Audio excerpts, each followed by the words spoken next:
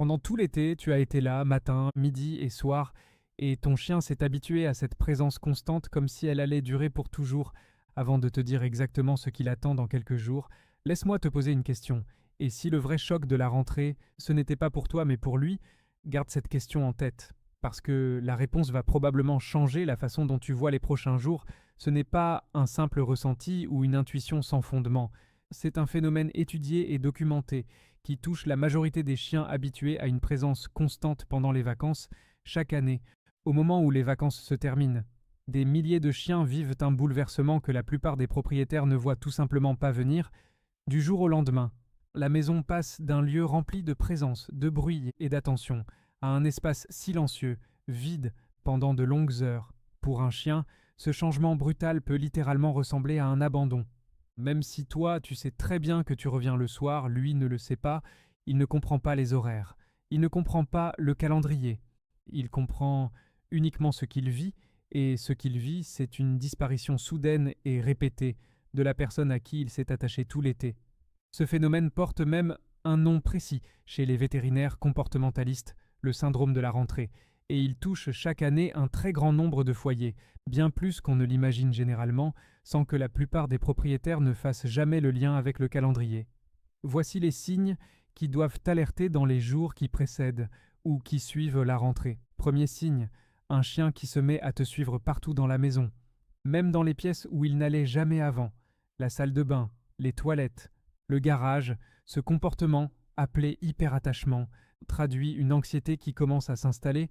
Deuxième signe, des vocalises inhabituelles au moment où tu prends tes clés ou ton sac, des gémissements, des aboiements, ou même un silence soudain et figé, qui remplace l'excitation joyeuse qu'il montrait auparavant.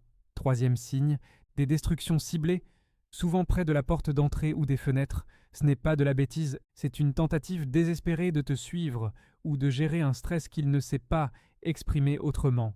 Quatrième signe, des accidents de propreté chez un chien pourtant parfaitement propre depuis des années. Ce type de régression est presque toujours lié au stress, et non à un problème d'éducation. Cinquième signe, une perte d'appétit. Les jours de reprise, certains chiens refusent littéralement de manger tant que tu n'es pas rentré.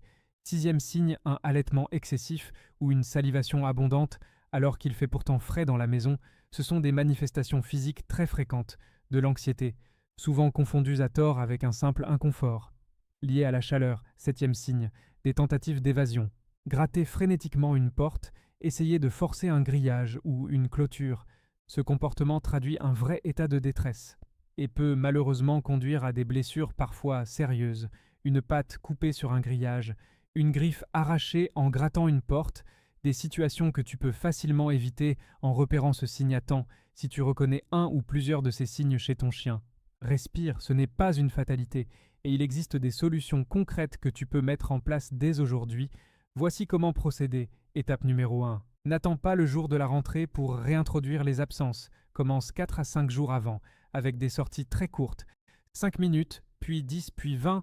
En augmentant progressivement, cette méthode permet à ton chien de réapprendre en douceur que ton absence n'est jamais permanente.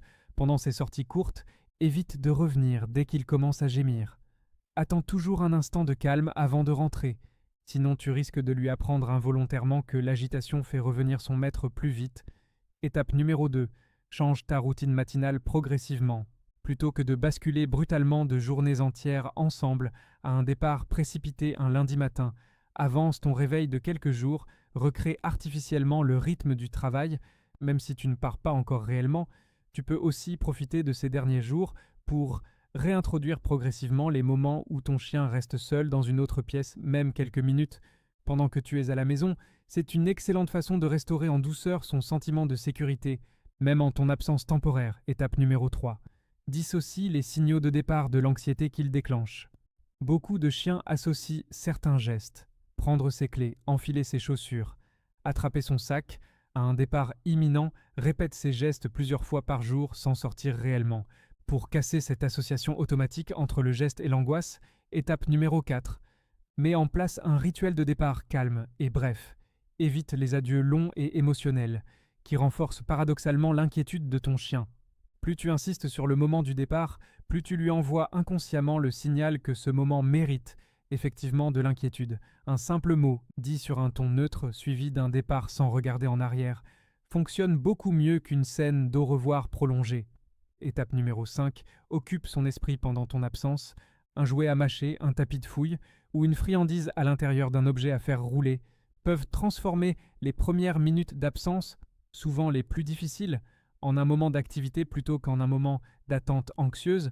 Tu peux aussi varier ces occupations d'un jour à l'autre pour éviter que ton chien ne s'en lasse trop rapidement et qu'elles perdent leur effet apaisant au bout de quelques jours seulement. Étape numéro 6, laisse un vêtement qui porte ton odeur près de son couchage. Ce détail peut sembler anodin, mais l'odorat est le sens principal du chien, et cette présence olfactive peut réellement l'apaiser. Étape numéro 7, si possible, prévois une transition en plusieurs jours, plutôt qu'un retour brutal à temps plein. Par exemple, une matinée de reprise suivie d'une journée complète le lendemain. Plutôt que de passer directement de la présence constante à 8 heures d'absence quotidienne, maintenant, voici un point essentiel à garder en tête. Un chien légèrement perturbé les 2 ou 3 premiers jours. C'est complètement normal. Ce qui doit t'inquiéter, c'est une anxiété qui persiste, voire qui s'aggrave. Au-delà d'1 à 2 semaines, si c'est le cas, n'hésite surtout pas à consulter un vétérinaire comportementaliste.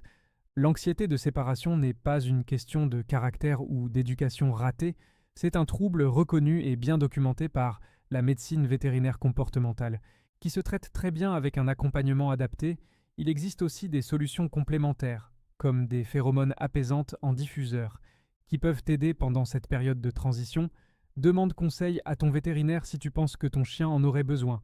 Tu peux aussi te tourner vers un éducateur canin spécialisé dans l'anxiété de séparation. Certains proposent même des séances à distance, avec des exercices progressifs adaptés spécifiquement à ton chien et à ton mode de vie.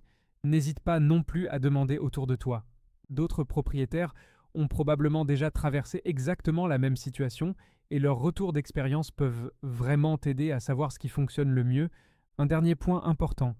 Évite absolument de gronder ton chien si tu retrouves des dégâts ou un accident en rentrant. Il ne fait pas le lien entre la punition et l'action commise plusieurs heures plus tôt. Cette réaction ne fait qu'ajouter du stress à une situation déjà difficile pour lui. Au lieu de ça, nettoie calmement et concentre-toi sur la prévention pour les jours suivants plutôt que sur la sanction d'un geste déjà passé. La rentrée est un moment difficile, pas seulement pour toi, qui dois retrouver le rythme du travail, des transports et des journées bien remplies, mais aussi pour lui, qui doit réapprendre à vivre avec ton absence après 2 mois de présence quasi permanente. En anticipant ces quelques jours, en douceur, avec de la patience, tu peux littéralement transformer cette transition en une période beaucoup plus sereine. Pour lui comme pour toi, et n'oublie pas, chaque chien est différent.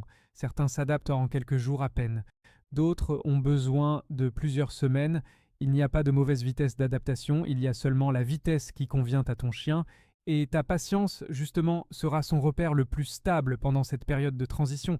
C'est exactement pour ça que je fais ces vidéos, pour t'aider à voir ce que ton chien ne peut pas te dire avec des mots, mais qu'il exprime pourtant très clairement si tu observes attentivement. Alors si cette vidéo t'a aidé à mieux comprendre ce que ton chien traverse en ce moment, abonne-toi dès maintenant, active la petite cloche pour ne rater aucune vidéo, et rejoins une communauté de propriétaires qui veulent simplement le meilleur pour leur chien. Je te retrouve très vite pour une nouvelle vidéo. Prends soin de toi et surtout, prends soin de ton compagnon à 4 pattes.